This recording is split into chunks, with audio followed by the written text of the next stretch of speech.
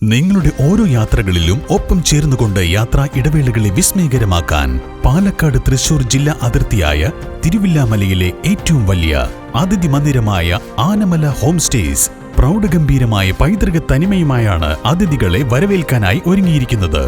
നഗരത്തിന്റെ തിരക്കുകളിൽ നിന്നും മാറി പ്രകൃതി രമണീയവും ശാന്തവുമായ അന്തരീക്ഷത്തിൽ സ്ഥിതി ചെയ്യുന്ന ആനമല ഹോം സ്റ്റേസിൽ 15 മുതൽ 25ഓളം പേർക്ക് വരെ താമസിക്കുവാൻ സാധിക്കുന്ന AC മുറികൾക്കൊപ്പം തന്നെ 200ഓളം പേർക്ക് പങ്കെടുക്കാവുന്ന അവരുടെ മനസ്സിനിണങ്ങുന്ന തരത്തിലുള്ള ഫംഗ്ഷനുകൾ നടത്താനുള്ള സൗകര്യവും ഒരുക്കിയിട്ടുണ്ട്.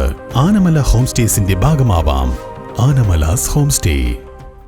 സംസ്ഥാന ബജറ്റിൽ ഒറ്റപ്പാലം നിയോജക മണ്ഡലത്തിന് 10 പദ്ധതികൾക്കായി 11 കോടി രൂപയുടെ അനുമതി. അടിസ്ഥാന സൗകര്യ വികസനങ്ങൾക്കായാണ് തുക അനുവദിച്ചിരിക്കുന്നത്.